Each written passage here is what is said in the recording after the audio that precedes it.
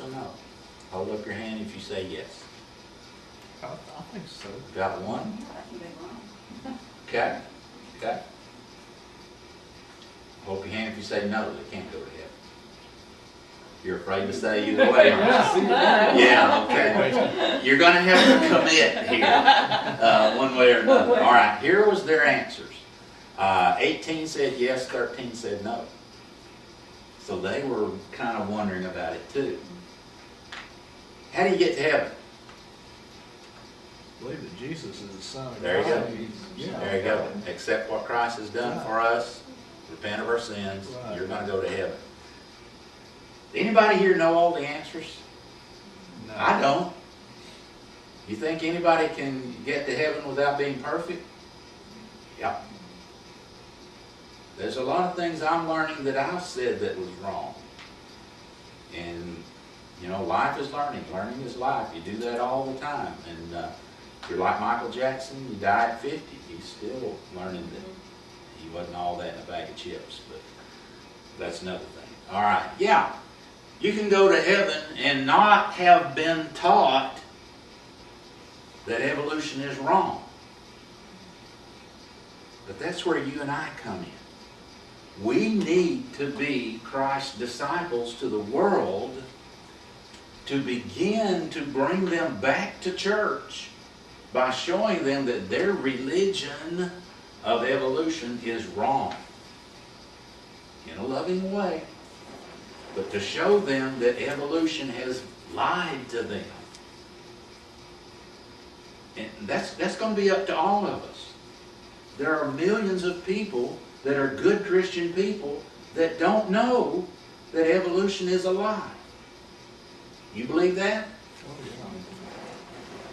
All right. Second question. Is Genesis chapters 1 through 11, the creation story, an allegory or real history?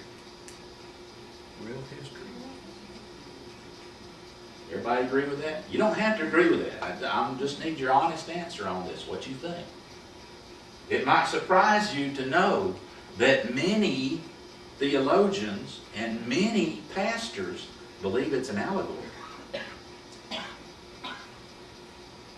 It is taught in seminary as an allegory, as one of many myths.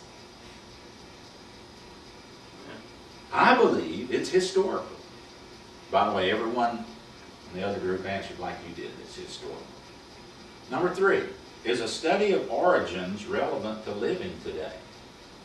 Should we be doing this? Yes.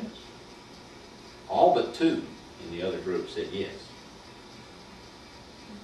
They didn't see at the start of the study that it meant anything, but they came to fellowship. They changed their mind, by the way, a couple of weeks into this thing, when they started seeing the evidence. Okay. Here's kind of a tricky question.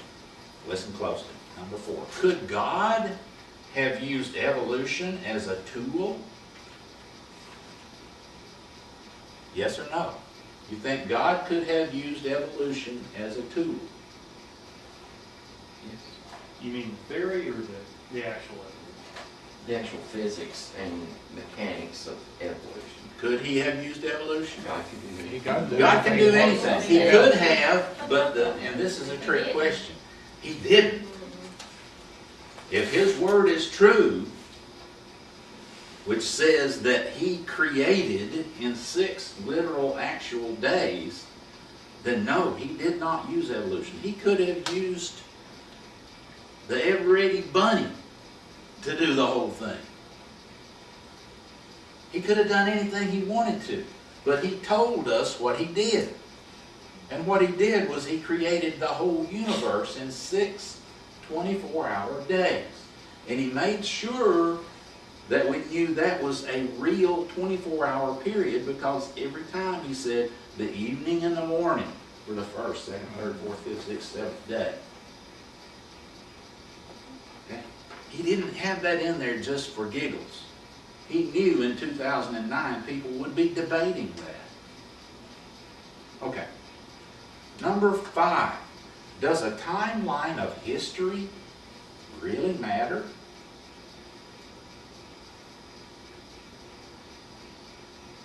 Does knowing what history has done, the chronological history of the earth, does that matter? Whether it's millions of years old or several thousand. Who cares? Does it matter? What do you think?